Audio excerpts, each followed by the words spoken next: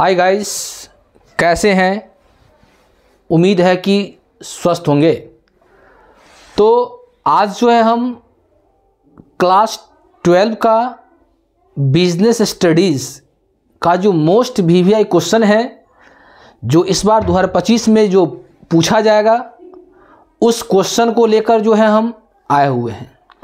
तो इस क्वेश्चन को आप ध्यान से पढ़िए और ध्यान से समझने का कोशिश कीजिएगा, क्योंकि कोई भी क्वेश्चन हो, चाहे वह अकाउंट का हो, चाहे वह बीएसटी का हो, चाहे वह ईपीएस का हो, चाहे वह इकोनॉमिक्स का हो, चाहे वह हिंदी का हो, चाहे वह इंग्लिश का हो, किसी भी क्वेश्चन को अगर आप रटते हैं तो कुछ ही दिनों तक वो सीमित रहता है।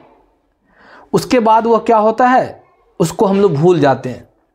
लेकिन अगर किसी भी चीज़ को अगर समझ कर पढ़ते हैं, अगर उसको अच्छी तरह समझते हैं और बार बार पढ़ते हैं, तो ये जो है आपको लंबे समय तक चलता है और याद भी रहता है आपको। तो ये बिजनेस स्टडीज़ का लॉन्ग जो है 5 नंबर का क्वेश्चन है।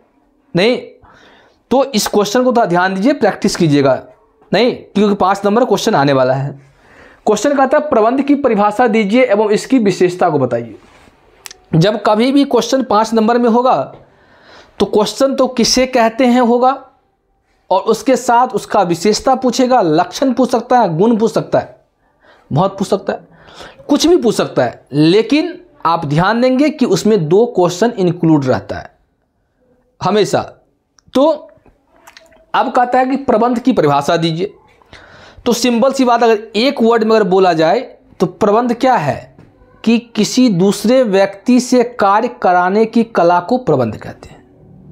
वही होता है कि प्रबंध क्या होता है कि किसी भी कार्य को किसी दूसरे व्यक्ति से कराने की कला को क्या होता है, प्रबंध कहते हैं। तो एक तो एक 1 लाइनर आंसर हो गया। अब मान लीजिए कि इसको तो एक लाइन में लिख नहीं सकते आप, क्योंकि 5 नंबर का क्वेश्चन है, कम से कम कुछ लाइन तो लिखना होगा आपको। तो अब प्रबंध में क्या होता है, नियोजन होता है, नियंत्रण होता है, संगठन होता है, नियुक्तिकरण होता है। इन सारी प्रक्रिया को अपनाते हुए क्या होता है, ये क्या कहलाता है, प्रबंध कहलाता है। यानी कि प्रबंध जो है, प्रबंध करने के लिए ये जितने भी प्रक्रिया हैं, जैसे नियोजन हो गया, नियंत्रण हो गया, संगठन हो गया, नहीं नियुक्तिकरण हो गया, इन सारी चीज़ को क्या करता है, वो अपनाता है। वो क्या कहलाता है, प्रबंध कहलाता है। कोई दिक्कत किसी को किसी प्रकार का नहीं। अब जो है इसकी क्या पूछ रहा है, इसका विशेषता पूछ रहा है। इसको आप विशेषता बोलिए, लक्षण बोलिए, गुण बोलिए, सब एक ही चीज़ होता है। कभी कभी क्या होता है कि हम लोग विशेषता पर के जाते हैं, नहीं, और लक्षण पूछ दिया, तो आप तो रट के गया कि विशेषता पूछ दिया, लक्षण पूछ दिया, गुण, तो हम लोग क्या करते हैं, उसको छोड़ देते हैं। तो ऐसा नहीं है, हमेशा ध्यान देंगे कि विशेषता पूछे, लक्षण पूछे, गुण पूछे, सबका मतलब एक ही होता है। तो इसका पहला विशेषता कह रहा है कि प्रबंध क्या है, उद्देश्य प्रधान प्रक्रिया है। प्रबंध क्या है, एक उद्देश्य प्रधान प्रक्रिया है। मतलब हम लोग प्रबंध कब करते हैं, जब तक आपका कोई उद्देश्य नहीं होगा, जब तक आपका कोई लक्ष्य नहीं होगा, तब तक हम लोग प्रबंध नहीं करते नहीं। उद्देश्य को प्राप्त करने के लिए हम लोग कोई काम करते हैं। अगर मान लीजिए कि आप इस बार 12 का एग्जाम देने वाले, नहीं, और आपका अगर लक्ष्य हुआ कि नहीं हम 12 में बहुत अच्छे नंबर गेन करेंगे, बहुत अच्छा नंबर लाएंगे, तो उसके लिए क्या करना होगा, इसका उद्देश्य है ना, ये उद्देश्य कि हम 12 में अच्छा नंबर लाएंगे, तो उद्देश्य है। तो इसको पाने के लिए हम लोग क्या करते हैं, कुछ ना कुछ कार्य करते हैं, चाहे वो प्लानिंग हो, नहीं। तो इसीलिए कहा गया है कि प्रबंध क्या है, एक उद्देश्य प्रधान की प्रक्रिया है। मतलब बिना उद्देश्य का हम लोग प्रबंध नहीं कर सकते हैं। अगर आपका उद्देश्य नहीं होगा तो आप प्रबंध नहीं करेंगे। जिसका कोई उद्देश्य नहीं है वो कोई प्रबंध नहीं करता है, नहीं करता है। तो पहला पॉइंट समझ गए। अब इसको लिखेंगे कैसे। बहुत व्यक्ति क्या करते हैं, ऐसे ही पॉइंट को लिख के छोड़ देते, नहीं। जब कभी भी आपको लिखना होगा तो इस पॉइंट को लिखकर प्रत्येक पॉइंट को मिनिमम कम से कम 2 लाइन में आपको क्या करना होगा, डिफाइन करना होगा। बात समझ में। तो कम से कम कितना लाइन, 2 लाइन डिफाइन करना होगा आपको। उसका कहता है प्रबंध क्या है, सर्वव्यापक है। मतलब प्रबंध जो है सर्वव्यापक है, मतलब सभी जगहों पे है, सभी स्थानों पे है। चाहे वह खेल का मैदान हो, चाहे वह पढ़ाई का क्षेत्र हो, चाहे वह बिजनेस का क्षेत्र हो, सब में प्रबंध किया जाता है। जहाँ तक कि शादी विवाह पूजा मुंडन मटकोर सब में मैनेजमेंट किया आता है, प्रबंध किया आता है। नहीं तो ये क्या है, सब व्यापी है, सभी जगह ऐसा कोई काम नहीं है जहाँ पे प्रबंध नहीं होता है, वहाँ भी प्रबंध होता है। आप घर में, आपके घर में फंक्शन प्रोग्राम है, वहाँ भी प्रबंध किया जाता है। नहीं, आप घर में शादी है, वहाँ प्रबंध किया जाता है। कहीं खेलने के लिए जा रहे हैं, कहीं पे खेल हो रहा है, वहाँ प्रबंध होता है। नहीं तो प्रत्येक जगह क्या है, प्रबंध की आवश्यकता होती है। इसीलिए कहा जाता है कि प्रबंध क्या है, सर्वव्यापी है, सभी जगह है। उसके बाद क्या है, प्रबंध एक सतत प्रक्रिया है। प्रबंध क्या है, सतत प्रक्रिया, कंटिन्यूअस प्रोसेस, मतलब यह लगातार चलता रहता है।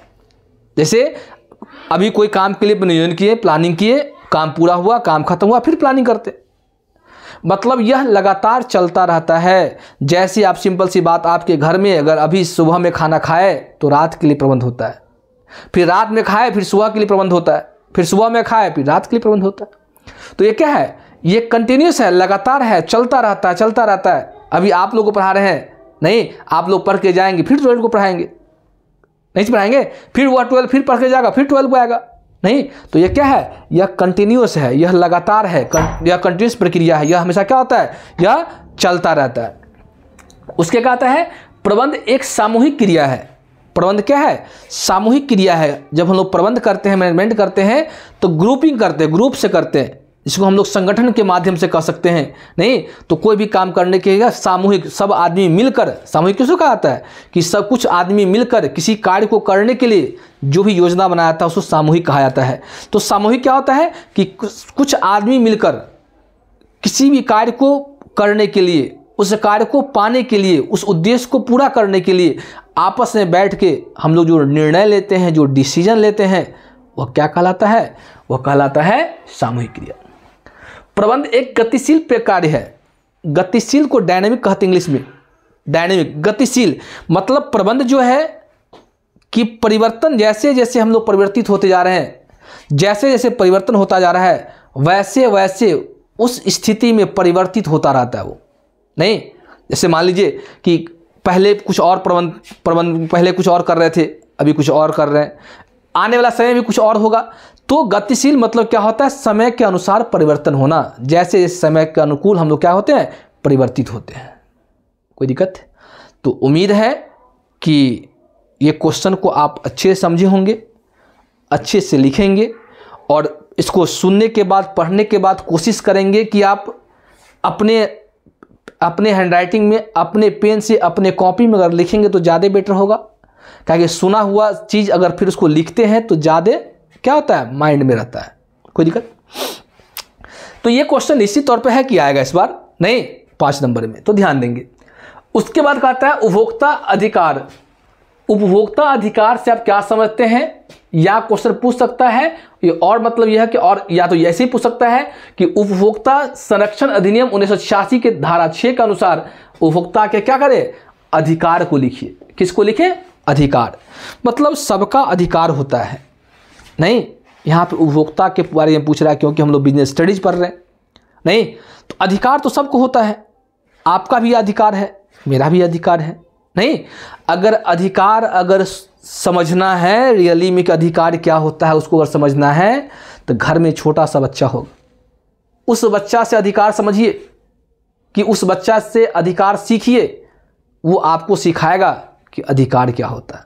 अब कहते हैं, कहिएगा कि सर कैसा बात बोल रहे हैं आप। हाँ सही बात बोल रहे हैं। आपके घर में अगर कोई छोटा बच्चा है, कोई छोटा सा बच्चा, नहीं आप यहाँ से जाइए, मार्केट से कहीं से जाइए, और आप अपने हाथ में टॉफ़ी ले लीजिए, कोई सा भी, नहीं, और घर गए, जब तक आपके पास टॉफ़ी है वो बच्चा क्या करता है, आपके इर्द गिर्द घूमता रहता है, आसपास घूमता रहता है, और वो आपको देखता रहता है। नहीं उस समय वो जिद नहीं करता है कि हमको ही दे दीजिए, नहीं आपसे कभी भी मांगता भी है कि हमको दे दीजिए, आप बोलते ना तेरा नहीं है, बच्चा समझ जाता है कि मेरा ये नहीं है, फिर भी वो आपके आसपास घूमता रहता है, कहीं दे दे। लेकिन जब आप उस टॉफ़ी को उस बच्चे को दे देते हैं तो बच्चा समझ जाता है कि मेरा इस पर अधिकार हो गया। देने के बाद उस बच्चा से आप टॉफ़ी लेकर दिखाइए, नहीं तो जब बच्चा से आप टॉफ़ी लेंगे तो बच्चा क्या करता है, रोना शुरू कर देता है, चिल्लाना शुरू कर देता है, घर को तहस नहस कर देता है। नहीं तो उसका वो समझ क्या समझा कि अधिकार मेरा है। पहले आप नहीं दिए, कुछ नहीं बोल रहा था वो, लेकिन जब आप उसको दे दिए, उसे कह दिए कि आपका है, उसके बाद उससे जब हम लोग लेते हैं तो आपको ये अधिकार सिखाता है कि मेरा भी अधिकार है इस पे। नहीं तो यहाँ हम लोग पढ़ रहे हैं किसका, उपभोक्ता का अधिकार। तो उपभोक्ता का पहला अधिकार दिया है क्या, सुरक्षा का अधिकार। नहीं तो उपभोक्ता का अधिकार है कि आप पहले उपभोक्ता को सुरक्षित रखिए। नहीं आप सुरक्षित रखने का मन ये नहीं, मतलब ये नहीं कि आप उपभोक्ता जो है उसको घर बना दीजिए, उस घर में आप बॉडीगार्ड रख दीजिए। नहीं, सुरक्षित रहने का मतलब है कि उपभोक्ता किससे जुड़ा रहता है, वस्तु से जुड़ा रहता है। और वस्तु से जुड़ने का मतलब है कि आप उनको ऐसा कोई गलत वस्तु न दिलवाएं। नहीं वो क्या होता है, सुरक्षा का अधिकार। कोई दिक्कत। दूसरा क्या है, तो सूचना प्राप्त करने का अधिकार। प्रत्येक उपभोक्ता को, उपभोक्ता मतलब जो वस्तु का उपभोग करता है, प्रत्येक उपभोक्ता का ये राइट्स बनता है कि किसी भी वस्तु को खरीदने से पहले उसके बारे में सूचना प्राप्त करें।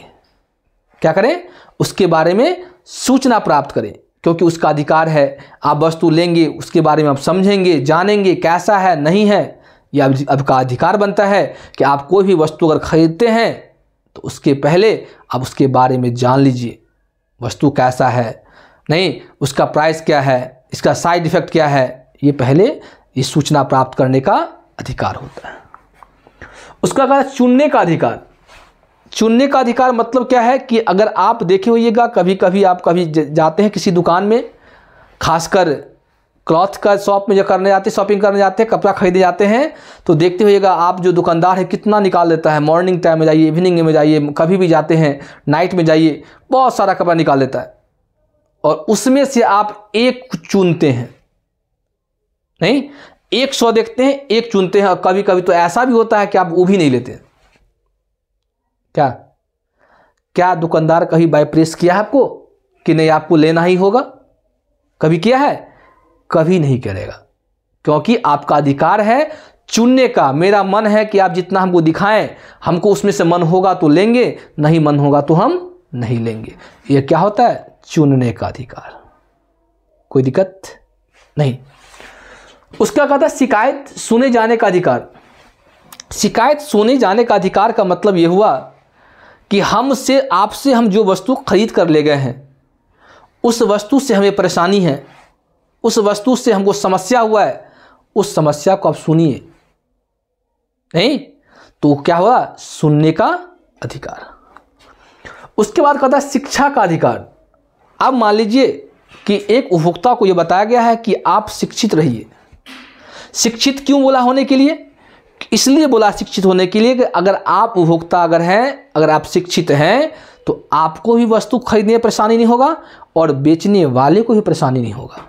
नहीं तो आप जो कुछ मांगते हैं वो देने वाला वही देता है, लेकिन शिक्षा के अभाव में हम लोग गलत वस्तु खरीद लेते हैं।